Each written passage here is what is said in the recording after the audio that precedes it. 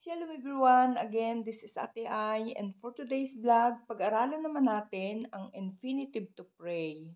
In Hebrew, lihit palel.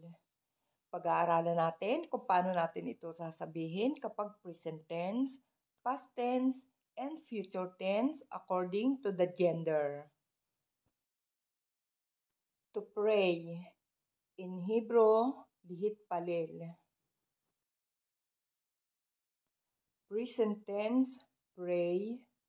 For masculine singular, mitpalel. Ani, mitpalel. Ata, mitpalel. Hu, mitpalel. Present tense pray.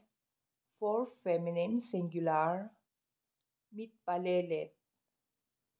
Ani, mitpalelet. At, mitpalelet. Hi, mitpalelet. Present tense pray. For masculine plural or mixed gender, mitpalilim. Anachnu, mitpalilim.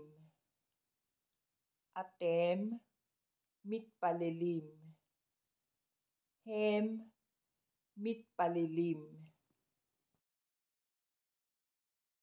Present tense pray. For feminine plural, mitpalilot. Anachnu, mitpalilot. Aten, mitpalilot.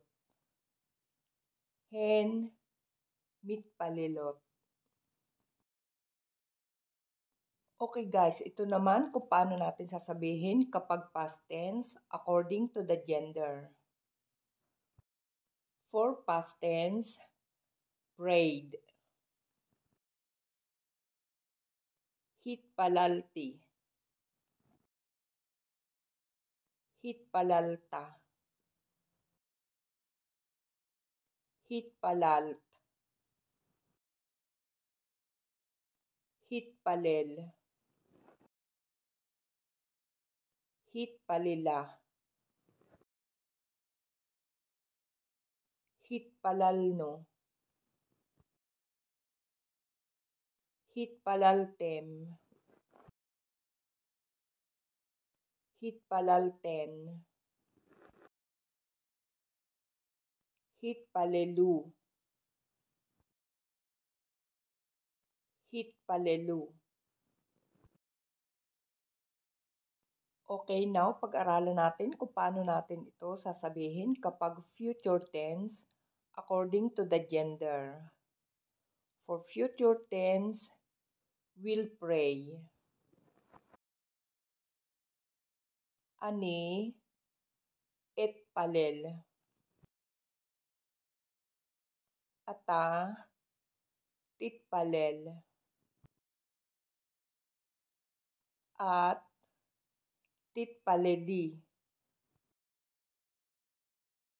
Hu, yitpalel. Hi, titpalel.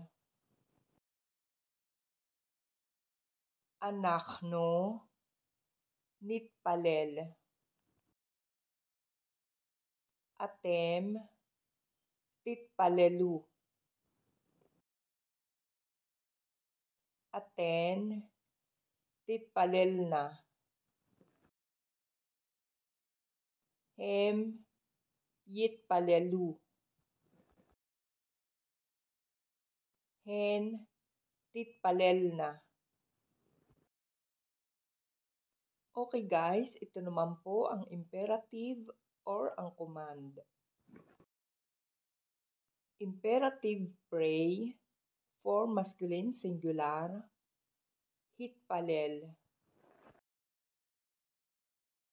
Imperative pray. For feminine singular, hitpaleli.